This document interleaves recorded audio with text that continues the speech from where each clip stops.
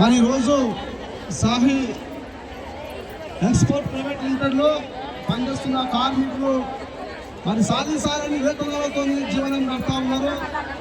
కాబట్టి మరి కార్మికులు మనకు మన వేతనాలు పెంచేంత వరకు మనం పోరాటం చేస్తూనే ఉండాలి. కాబట్టి మనం కొందరు జీతాన్ని లోపలికి పోతున్నారు, అట్లా పోతే ఏమైందంటే కార్మికుల సమస్య పరిష్కారం కాదు. మనం అందరము ఏకతాటిగా నిలబడి మన హక్కుల కోసం మనం పోరాటం చేయాల్సిన అవసరం ఉంది.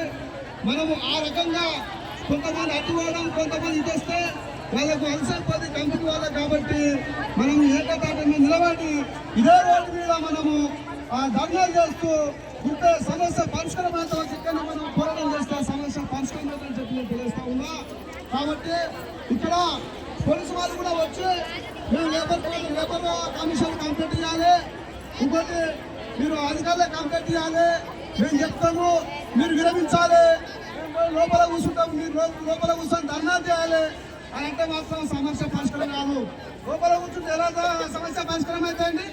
మనము రోడ్డు మీద కూర్చుంటేనే ఇక్కడ సమస్య పరిష్కారం అవుతుంది.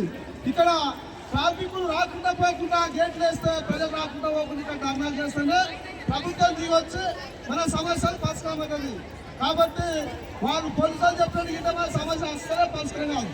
కాబట్టి వాళ్ళు ఇచ్చే జీతాలు 8,000 9,000తోని మన కుటుంబాలు నడవాయి. కాబట్టి ఒక స్కూల్లో ఒక పిల్లగాన్ని చదివిపిస్తే లక్షల రూపాయలు అవుతున్నాయి, వేల రూపాయలు అవుతున్నాయి.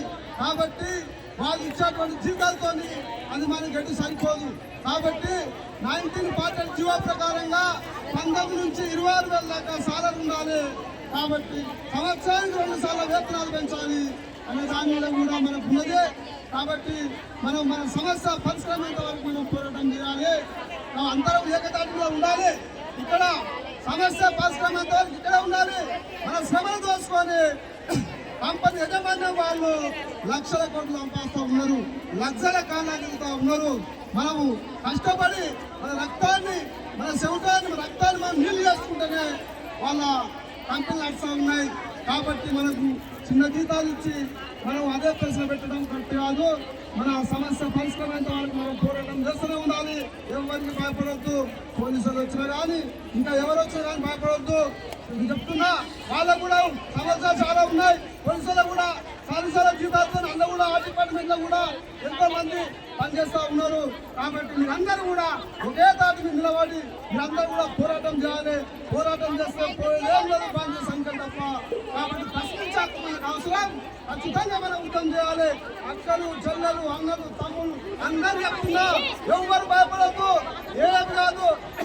మనకు డాక్టర్ అంబేద్కర్ రాజ్యాంగంలో పోరాటం చేసి ఇచ్చింది కాబట్టి ఖచ్చితంగా మనం పోరాటం చేయాల్సిన అవసరం నేను మరొకసారి తెలియజేస్తున్నా. ఈ అవకాశం ఇచ్చినటువంటి పెద్దలకు, అక్కలు, చెల్లెలు అందరూ కూడా ఆ యొక్క తెలియజేస్తూ తెలియజేసుకుంటున్నాను.